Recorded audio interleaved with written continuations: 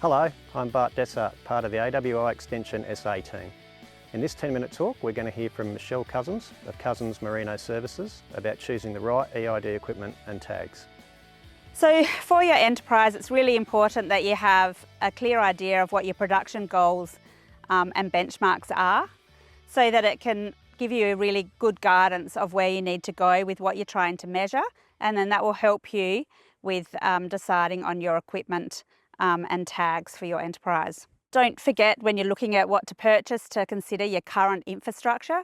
So sometimes there's no point in looking at buying the latest auto drafts, for example, if you've got sheep yards that are in a bad state of repair.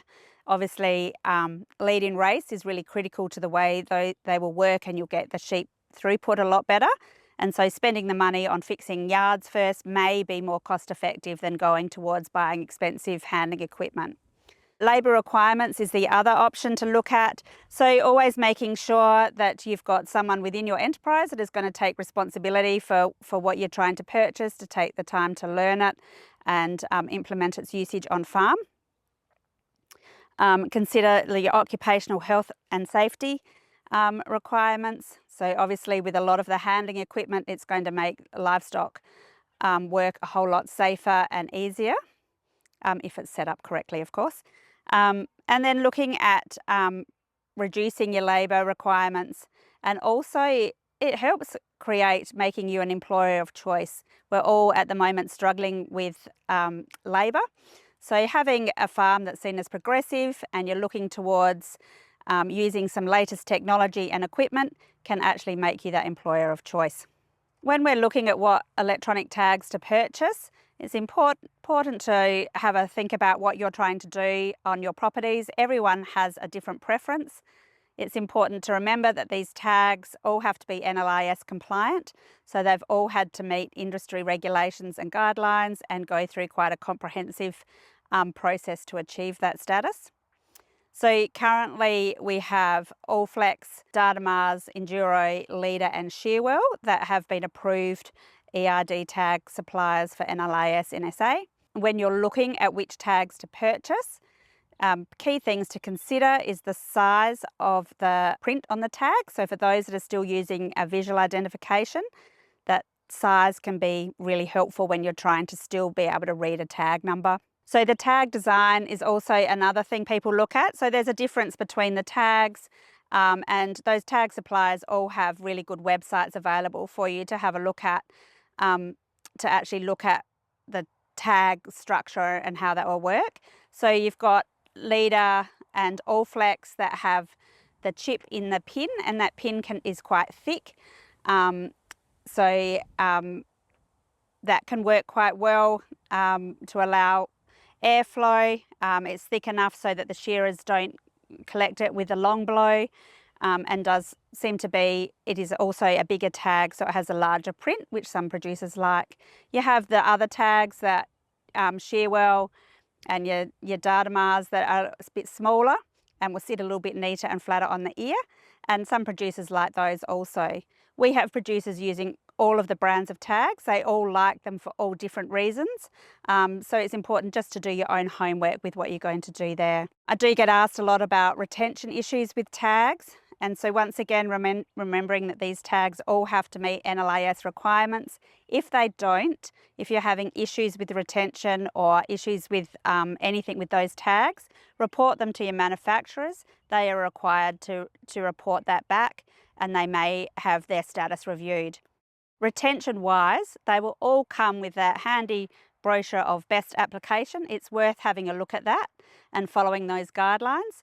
And most producers, when they do that, seem to limit the issues that they have with retention. So when we're looking at equipment and what we're considering to purchase there, it's good to actually take the time and go to some of the events and field days that are around, so that you can compare equipment and just have an understanding of what is out there.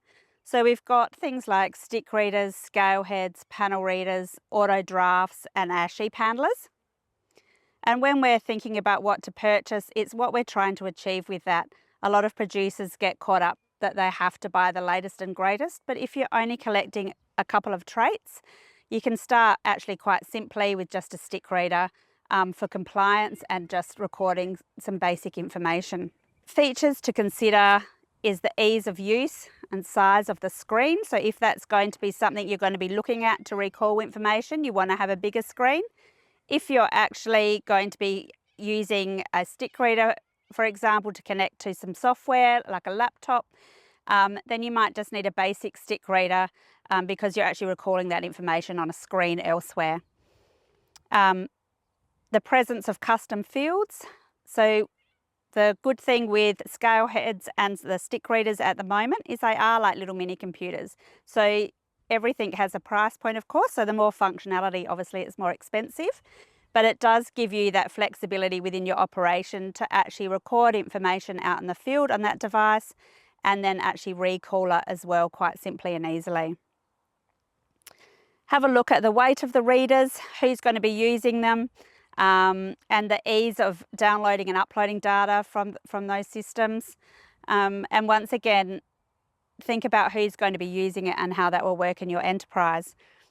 One of the things I would suggest is if you're going to buy equipment, stick to one brand. It's much easier if you're having issues with equipment. If it's just one supplier that you need to go to, you'll find it much easier to source help and get back up working again quickly. In wrapping up of your considerations of what equipment and tags to purchase, really it's about doing your homework.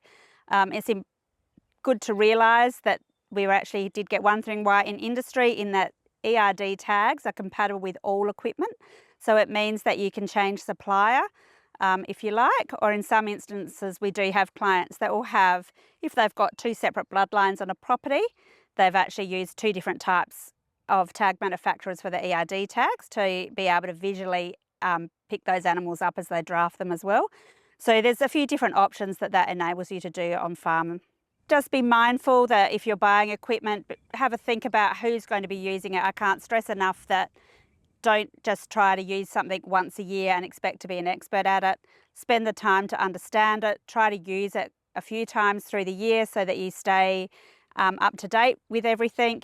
And when you're about to go and use it, do the homework beforehand, especially if it's at stress times like shearing. You want to make sure you've got it set up and working well before those sheep are in the shed and you're wanting to get busy out in the field.